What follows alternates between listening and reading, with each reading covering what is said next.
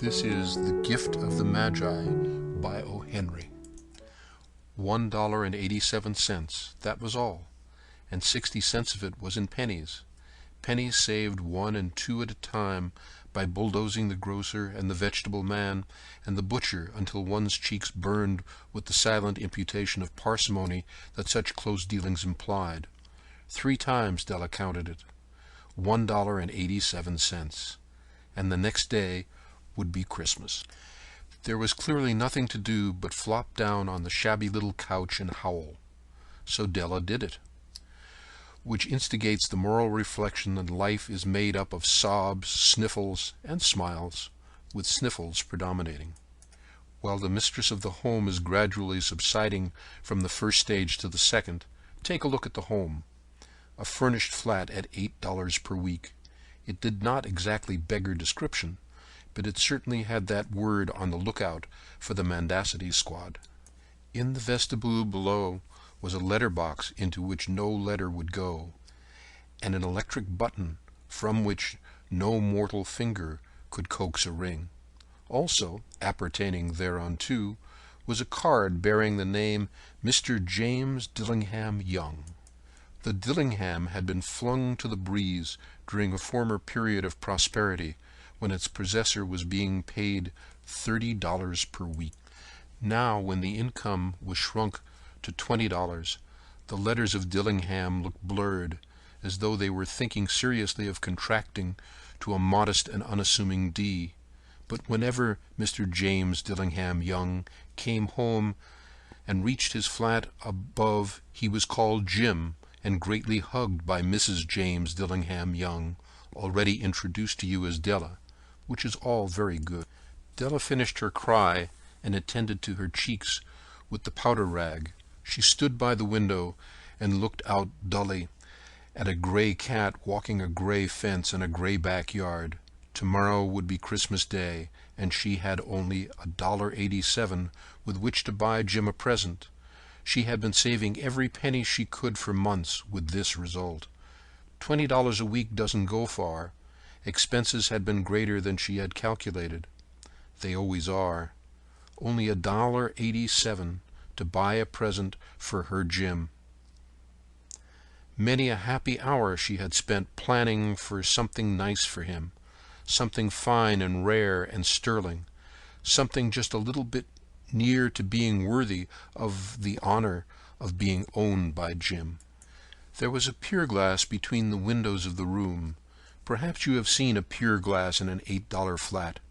A very thin and very agile person may, by observing his reflection in a rapid sequence of longitudinal strips, obtain a fairly accurate conception of his looks. Della, being slender, had mastered the art. Suddenly she whirled from the window and stood before the glass.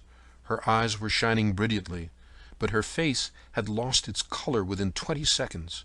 Rapidly she pulled down her hair and let it fall to its full length. Now there were 2 possessions of the James Dillingham Youngs in which they both took a mighty pride. One was Jim's gold watch that had been his father's and his grandfather's. The other was Della's hair.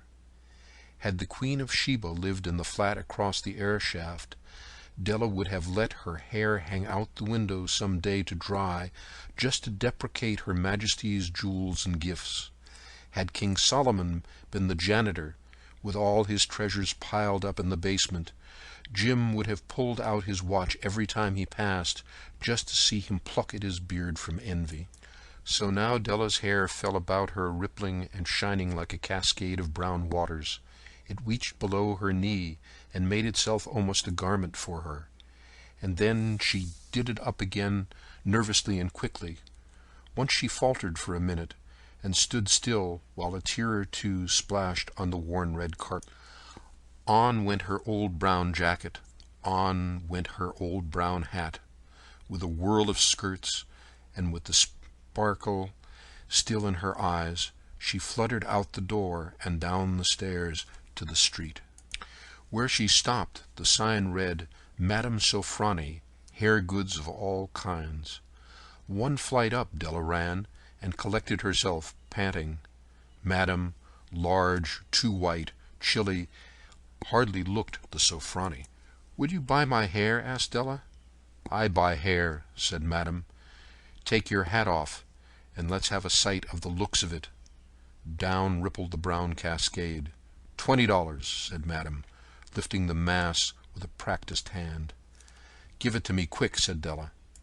Oh, the next 2 hours tripped by on rosy wings. Forget the hashed metaphor. She was ransacking the stores for Jim's present. She found it at last. It surely had been made for Jim and no one else. There was no other like it in any of the stores, and she had turned all of them inside out. It was a platinum fob chain, simple and chaste in design, properly proclaiming its value by substance alone and not by meretricious ornamentation, as all good things should do. It was even worthy of the watch. As soon as she saw it, she knew that it must be Jim's. It was like him.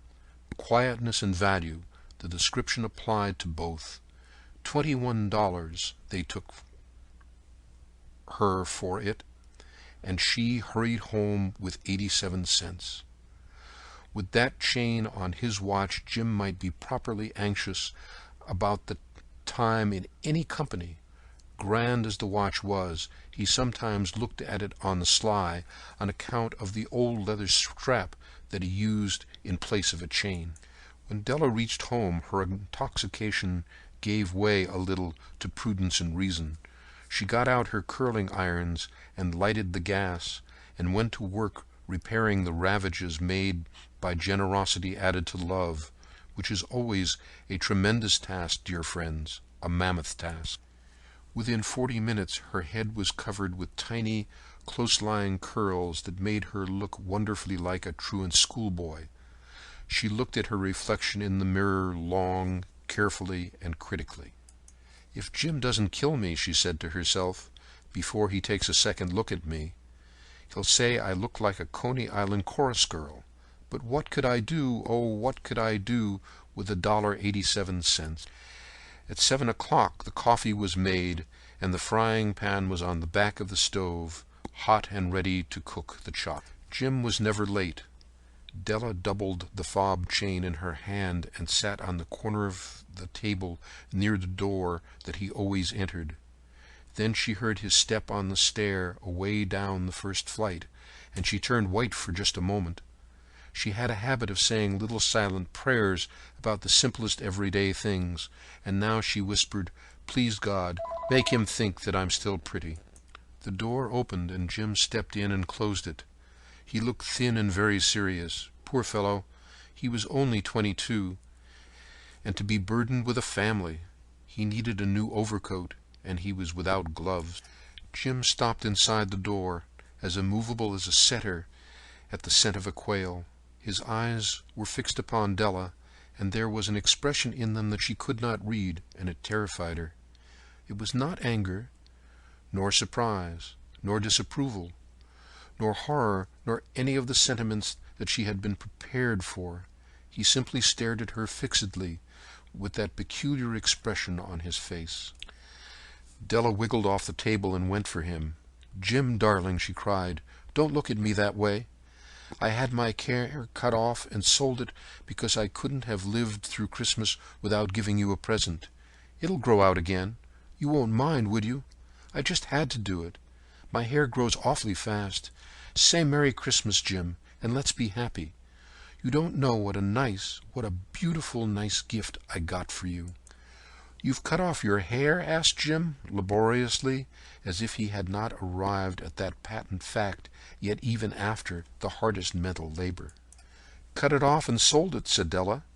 "Don't you like me just as well anyhow? I'm me without my hair, ain't I?" Jim looked about the room curiously. "You say your hair is gone?" he said, with an air almost of idiocy. "You needn't look for it," said Della. "It's sold, I tell you, sold and gone, too. It's Christmas Eve, boy. Be good to me, for it went for you. Maybe the hairs of my head were numbered," she went on with a sudden serious sweetness, "but nobody could ever count my love for you. Shall I put the chops on, Jim?" Out of his trance, Jim seemed to quickly wake. He enfolded his Della. For 10 seconds let us regard with discreet scrutiny some inconsequential object in the other direction. $8 a week or $1,000,000 a year, what is the difference? A mathematician or a wit would give you the wrong answer. The Magi brought valuable gifts.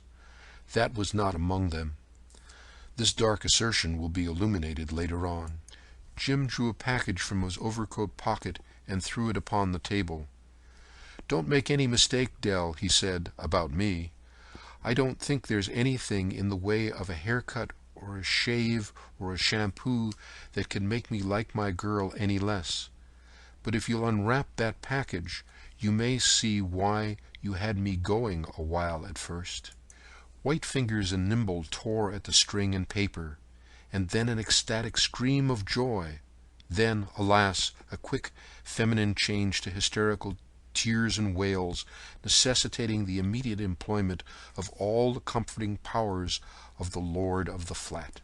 For there lay the combs, the set of combs, side and back, that Della had worshipped for long in a Broadway window.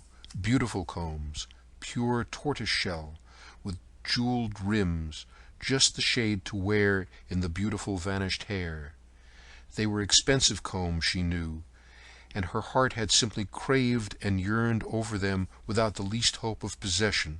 And now they were hers, but the tresses that should have adorned the coveted adornments were gone. But she hugged them to her bosom, and at length she was able to look up with dim eyes and smile and say, "My hair grows so fast, Jim." And then Della leaped like a little singed cat and cried, "Oh, oh!" Jim had not yet seen his beautiful present. She held it out to him eagerly upon her open palm. The dull, precious metal seemed to flash with a reflection of her bright and ardent spirit. "Isn't it a dandy, Jim? I hunted all over town to find it. You'll have to look at the time 100 times a day now. Give me your watch. I want to see how it looks on it." Instead of obeying, Jim tumbled down on the couch, put his hands under the back of his head, and smiled. "Dell," he said, "let's put our Christmas presents away and keep 'em a while. They're too nice to use just at present. I sold the watch to get the money to buy your combs, and now suppose you put on the chops." The Magi, as you know, were wise men, wonderfully wise men, who brought gifts to the babe in the manger. They invented the art of giving Christmas presents. Being wise, their gifts no doubt wise ones, possibly bearing the privilege of exchange in case of duplication. And here I have lamely related to you the uneventful chronicle of 2 foolish children in a flat who most unwisely sacrificed for each other the greatest treasures of their house. But in a last word to the wise of these days, let it be said that of all who give gifts, these 2 are the wisest. Of all who give and receive gifts, such as they were the wisest. Everywhere they were the wisest. They are the Magi. The end of the gift of the Magi.